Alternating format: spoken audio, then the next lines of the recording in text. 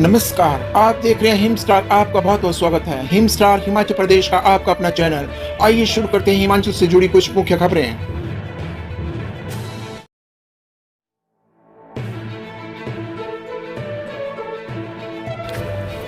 हिमाचल का माहौल न बिगाड़े भाजपा, मनोहर मर्डर पर सख्त कार्रवाई के बाद भी विपक्ष के प्रदर्शन से सीएम सुक्खू नाराज। मुख्यमंत्री सुखविंदर सिंह सुक्खू ने चंबा जिले के सलूणी में हुई हत्याकांड के मामले में भारतीय जनता पार्टी द्वारा किए जा रहे प्रदर्शन पर गहरा क्षोभ व्यक्त करते हुए कहा कि यह शायद देश का पहला ऐसा मामला है जिसमें सभी आरोपियों को पकड़ा जा चुका है। मामले में पुलिस की समयोजित कार्रवाई के बावजूद भाजपा शोर शराबा जारी रखी हुई है और माहौल बिगाड़ रही है। विपक्ष का यह प्रदर्शन पूर्णतया अवांछित है। सुक्खू ने कहा कि इस मामले की संवेदनशीलता को देखते हुए पुलिस ने 24 घंटे के भीतर सभी आरोपियों को हिरासत में ले लिया। आरोपियों की गिरफ्तारी तथा सरकार द्वारा राष्ट्रीय जांच एजेंसी के मामले की जांच करवाने संबंधी मांग स्वीकार करने के बावजूद भाजपा द्वारा विरोध प्रदर्शन जारी रखना तर्कहीन है। केंद्र में सत्ता में होने के बावजूद भाजपा इस जांच को मुद्दा बना रही है, जबकि नेता प्रतिपक्ष जयराम ठाकुर के लिए एक फोन कॉल पर यह जांच एनआईए ने शुरू करवाना कोई बड़ी बात नहीं है। इससे प्रतीत हो रहा है कि इस घटना को राजनीतिक रंग देते हुए भाजपा आगामी लोकसभा चुनाव 2024 को ध्यान में रखते हुए ऐसी तरकीबें अपना रही है। मुख्यमंत्री ने कहा कि इस मामले में शामिल सभी लोगों की गिरफ्तारी के बावजूद घटना के 5 दिनों के बाद भाजपा युवा मोर्चा से जुड़े लोगों ने आरोपी के घर को आग की भेंट चढ़ा दिया। हालांकि उन्होंने प्रदेश सरकार की ओर से बार बार आश्वस्त किया है कि इस मामले में संलिप्त सभी दोषियों को कड़ी से कड़ी सजा सुनिश्चित की जाएगी। उन्होंने कहा कि आरोपियों की गिरफ्तारी के बावजूद विरोध प्रदर्शन समझ से परे है और भाजपा इस मामले में घटिया राजनीति कर रही है। उन्होंने कहा कि बेहतर यह होता कि भाजपा प्रदेश हित से जुड़े मामलों एवं हिमाचल के अधिकारियों के लिए केंद्र के समक्ष आवाज उठाती, जिससे कि प्रदेशवासियों का भी भला होगा। सीएम सुक्खू ने कहा कि हिमाचल प्रदेश के हितों को प्राथमिकता देने के लिए आंदोलन में कांग्रेस पार्टी भी अपना पूर्ण सहयोग देगी।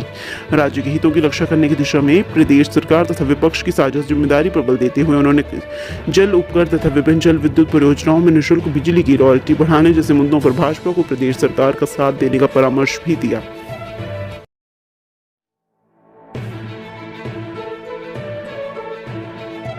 आईटी विभाग हुआ पेपरलेस, बाकी भी होंगे। मुख्यमंत्री ने आईटी विभाग की पहली ई फाइल को दी स्वीकृति। मुख्यमंत्री ठाकुर सुखविंदर सिंह सुक्खू ने शनिवार को सूचना एवं प्रौद्योगिकी विभाग की पहली ई फाइल को स्वीकृति प्रदान की। यह ई ऑफिस एप्लीकेशन राष्ट्रीय सूचना विज्ञान केंद्र द्वारा विकसित की गई। इसके साथ ही सूचना एवं प्रौद्योगिकी यानी आईटी विभाग पेपरलेस बन गया है। इस अवसर पर उन्होंने प्रदेश के लोगों की सुविधा के लिए सभी प्रशासनिक सचिवों, विभागाध्यक्षों तथा उपायुक्तों को ई ऑफिस प्रणाली अपनाने के निर्देश दिए। मुख्यमंत्री ने कहा कि इस बजट के वर्ष के बजट में हिमाचल प्रदेश सचिवालय, सभी निदेशालयों तथा फील्ड कार्यालयों में 1 जुलाई 2023 तक ई ऑफिस एप्लीकेशन आरंभ करने का प्रावधान किया गया था। उन्होंने कहा कि प्रदेश सरकार सरकारी विभागों की कार्यप्रणाली में पारदर्शिता लाने तथा इसे प्रभावशाली बनाने के लिए सरकारी क्षेत्र में आधुनिक तकनीक का उपयोग करने के उद्देश्य से कार्य कर रही है। उन्होंने कहा कि प्रदेश के डिजिटल तकनीक के सभी विभागों में ऑफिस प्रणाली अपनाने का मार्ग प्रशस्त होगा। ठाकुर सुखविंदर सिंह सुक्खू ने कागजों पर निर्भरता को कम करने, समय व धन की बचत और प्रभावशाली कार्यप्रणाली के लिए ऑफिस को अपनाने की आवश्यकता पर बल दिया। इस प्रणाली के माध्यम से दस्तावेजों की सुरक्षित उपलब्धता सुनिश्चित होगी तथा अधिकारियों को भी कार्य करने में सुविधा मिलेगी।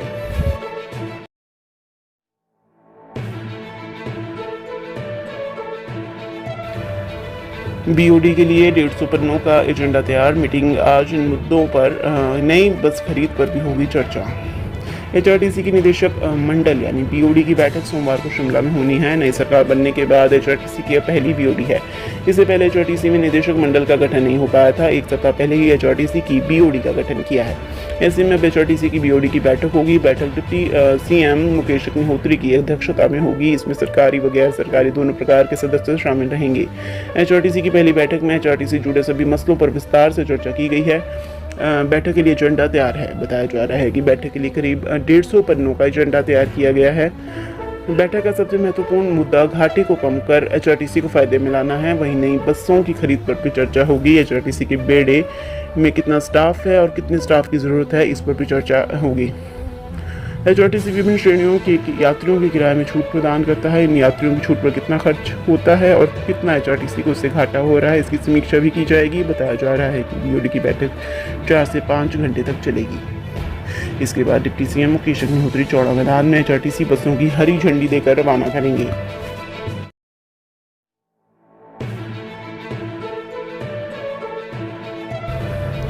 आरोपी परिवार के बैंक खाते में मात्र 10 लाख, पुलिस छानबीन में सामने आई सच्चाई, अन्य अकाउंट खंगाल रही टीम। सलूनी उपमंडल की ग्राम पंचायत भांदल में युवक की हत्या की वारदात में नामजद आरोपी परिवार के बैंक खाते की डिटेल खंगालने पर बैंक खातों व एफडी के तौर पर 10 लाख रुपए की राशि पाई गई है। आरोपियों के इन बैंक खातों की डिटेल भी जांची जा रही है। भांदल पंचायत की भित अधवारी में युवक की हत्या की वारदात के बाद किहार सेक्टर में प्रदर्शन के दौरान आरोपियों के खाते में करोड़ों रुपए की धनराशि की बात कहकर जांच करने की मांग उठाई थी। इन तथ्यों को जांचने के लिए पुलिस की आरंभिक जांच में आरोपियों के खाते में 10 लाख रुपए राशि पाई गई है। उल्लेखनीय है कि थरोली गांव के मनोहर लाल की समुदाय विशेष के परिवार ने निर्मम हत्या कर शव के टुकड़े टुकड़े कर नाले में पत्थरों के नीचे दबा दिया था। पुलिस इस वारदात में संलिप्तता के पुख्ता प्रमाण मिलने पर एक ही परिवार के 11 लोगों को हिरासत में ले चुकी है। आरोपियों में 4 नाबालिग भी शामिल हैं। आरंभिक जांच में हत्या की मुख्य वजह प्रेम प्रसंग होना माना गया है। उधर एसपी अभिषेक यादव ने कहा कि हत्याकांड में गिरफ्तार आरोपियों से पूछताछ का सिलसिला जारी है। मनोहर हत्याकांड में गिरफ्तार शरीफ मोहम्मद की मौत को पुलिस ने अफवाह करार दिया है।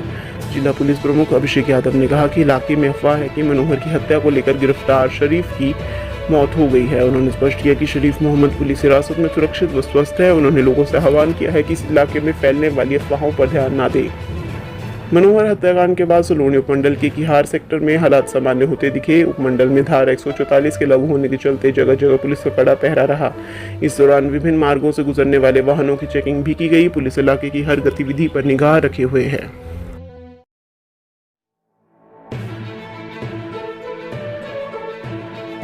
जिला ऊना को मिलेंगी 30 इलेक्ट्रिक बसें, चार्जिंग स्टेशन का निर्माण शुरू, कम होगी डीजल पेट्रोल की खपत। हिमाचल को हरित राज्य बनाने की दिशा में प्रदेश सरकार द्वारा बढ़ाए कदम धरातल पर दिखना शुरू हो गए हैं। इस लक्ष्य को पूरा करने के लिए सरकार 300 इलेक्ट्रिक बसें खरीदेगा। इसी तर्ज पर प्रदेश के जिला ऊना को भी करीब 30 इलेक्ट्रिक बसें मिलने की संभावना है। वर्तमान में प्रदेश के 2 जिलों शिमला व धर्मशाला को 31 बसें मिली हैं, जिनमें शिमला को 20 और धर्मशाला को 11 बसें हैं। हालांकि प्रदेश सरकार ने राज्य के लिए इलेक्ट्रिक बसों को खरीदने की कार्यप्रणाली को 31 मार्च 2024 से पहले पूरा करने का लक्ष्य रखा है। बता दें कि इलेक्ट्रिक बसें राज्य में डीजल और पेट्रोल की खपत कम करेगी और पर्यावरण बचाएगी। हिमाचल प्रदेश पथ परिवहन निगम अब केवल इलेक्ट्रिक बसों की खरीद ही करेगा। हिमाचल प्रदेश सरकार अब सिर्फ नई इलेक्ट्रिक बसें और वाहन ही खरीदेगी। पूर्व सरकार के समय में भी निगम के लिए इलेक्ट्रिक बसें की खरीद शुरू की गई थी। बता दें कि हिमाचल प्रदेश एक शांत एवं सुंदर प्रकृति के लिए जाना जाता है। प्रदेश में पर्यावरण को बचाने के लिए सरकार डीजल व पेट्रोल के वाहनों को बंद करने व ई वाहनों को बढ़ावा देने पर जोर दे रही है, जिससे प्रदेश के लोगों को प्रदूषण से राहत मिल सके। बता दें कि जिला ऊना में HRTC की 170 डीजल गाड़ियां हैं जो विभिन्न रूटों पर चल रही हैं। कई बसें खराब थी, उन्हें नीलाम किया जा चुका है।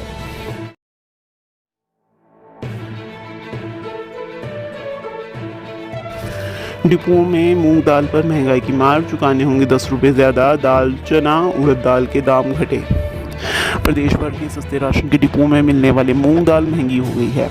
राशन कार्ड धारकों को इस बार मूंग दाल के 10 रुपये अधिक चुकाने पड़ेंगे। इसका सीधा असर प्रदेश के 19.5 लाख राशन कार्ड धारकों पर पड़ेगा। इसके अलावा दाल, चना, उड़द व सरसों तेल के दाम कम होने से राशन कार्ड धारक जरूर राहत की सांस लेंगे। सिविल सप्लाई के गोदामों में दालों व तेल की सप्लाई पहुंचना शुरू हो गई है, जिससे डिपुओं को भेजने का दौर शुरू हो गया है। बता दें कि सस्ते राशन के डिपुओं में मूंग दाल के दाम बढ़ गए हैं। डिपुओं में NFSA राशन कार्ड धारकों को मूंग दाल का एक पैकेट 64 रुपये के बजाय 72 रुपये, APL राशन कार्ड धारकों को 74 के बजाय 82 रुपये और आयकर दाता राशन कार्ड धारकों को 98 के बजाय 108 रुपये में खरीदना पड़ रहा है। हालांकि डिपुओं में मिलने वाली 2 अन्य दालों के रेट 3 से 5 रुपये तक ज़रूर कम हुए हैं। डिपुओं में NFSA की दाल, चना का एक पैकेट 26 के बजाय 22 रुपये, APL को 36 के बजाय 32 रुपये और आयकर दाता को 59 के बजाय 56 रुपये देने पड़ रहे हैं।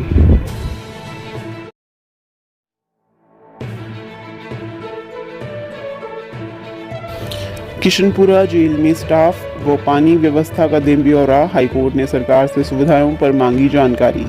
प्रदेश हाईकोर्ट ने राज्य सरकार से नालागढ़ की किशनपुरा जेल में उचित स्टाफ, पानी की व्यवस्था और सीमा दीवार बनाने बाबत जानकारी मांगी है।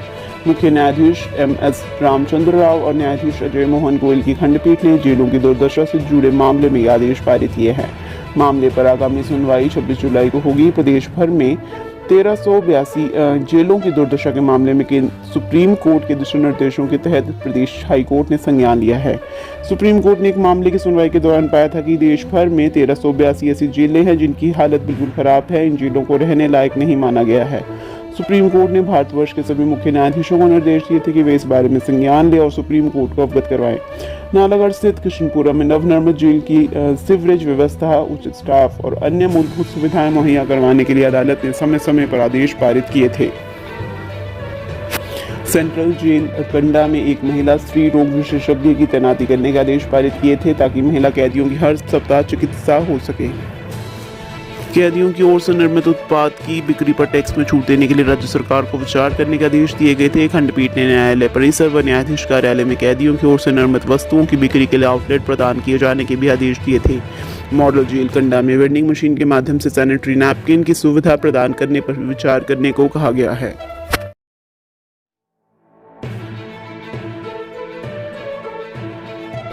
जेईई सिविल भर्ती परीक्षा का पेपर भी हुआ था लीक, 4 पर केस दर्ज। भंग होने से पूर्व हिमाचल प्रदेश कर्मचारी चयन आयोग के माध्यम से 11 पदों के लिए हुई पोस्ट को 970 जेईई सिविल भर्ती परीक्षा का पेपर भी लीक हुआ था। इस संबंध में विजिलेंस ने 4 लोगों के खिलाफ केस दर्ज किया है। 24 मई 2022 को इसके लिए निकाले गए विज्ञापन में 8016 ने आवेदन किया था। 5524 उम्मीदवारों ने परीक्षा दी थी और 36 पास हुए थे। करीब 3 माह की लंबी जांच के बाद इस भर्ती परीक्षा का पेपर लीक होने की पुष्टि एसआईटी ने कर दी है। शनिवार को एसआईटी ने विजिलेंस थाना हमीरपुर में अभ्यर्थी मुकेश कुमार, दलाल रणजीत सिंह, दलाल ट्रैफिक इंस्पेक्टर रवि कुमार और आयोग के पूर्व सचिव डॉक्टर जितेंद्र कंवर के खिलाफ मामला दर्ज कर लिया है। उधर एसपी विजिलेंस राहुल नाथ ने कहा कि जेईई सिविल भर्ती परीक्षा का पेपर लीक होने के मामले में एसआईटी ने 4 लोगों के खिलाफ केस दर्ज किया है। गौर हो कि आरोपी ट्रैफिक इंस्पेक्टर रवि कुमार को बीते माह पद मुक्त कर दिया गया है। वह ट्रैफिक इंस्पेक्टर भर्ती परीक्षा पेपर लीक मामले में भी आरोपी है और अभी जमानत पर रिहा हो चुका है।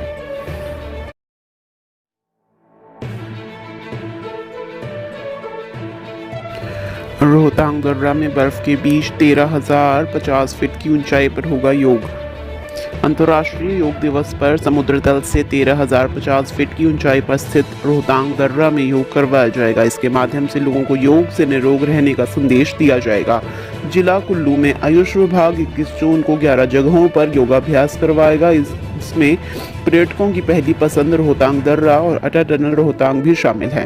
बता दें कि आयुष विभाग योग दिवस के दिन हर घर आंगन योग कार्यक्रम के तहत लोगों को योग क्रियाएं सिखाएगा तथा योग के लाभों से भी अवगत करवाएगा। अब तक करीब 20 से 22,000 लोगों को सूर्य नमस्कार समेत योग की विभिन्न विधाएं सिखाई गई हैं। 21 जून को 13,050 फीट की ऊंचाई पर योग करवाने की योजना है। इस संबंध में जिला आयुष अधिकारी डॉक्टर ज्योति कुमार ने कहा कि जिला कुल्लू में विश्व योग दिवस के लिए 11 जगहों को चिन्हित किया गया है।